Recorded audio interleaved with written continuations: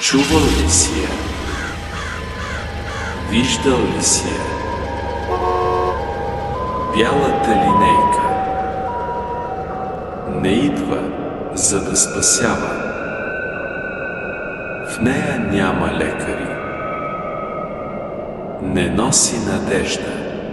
Появява се нощем, в тишината, без сирена, без номер. Фаровете светят, но не осветяват пътя.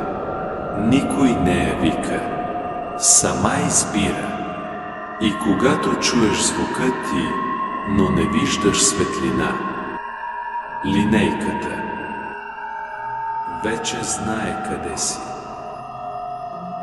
Това беше само една от историите. Останалите ще чуеш в следващите клипове. Последвай ме и сподели, за да стигне до онзи, който трябва да бъде предупреден.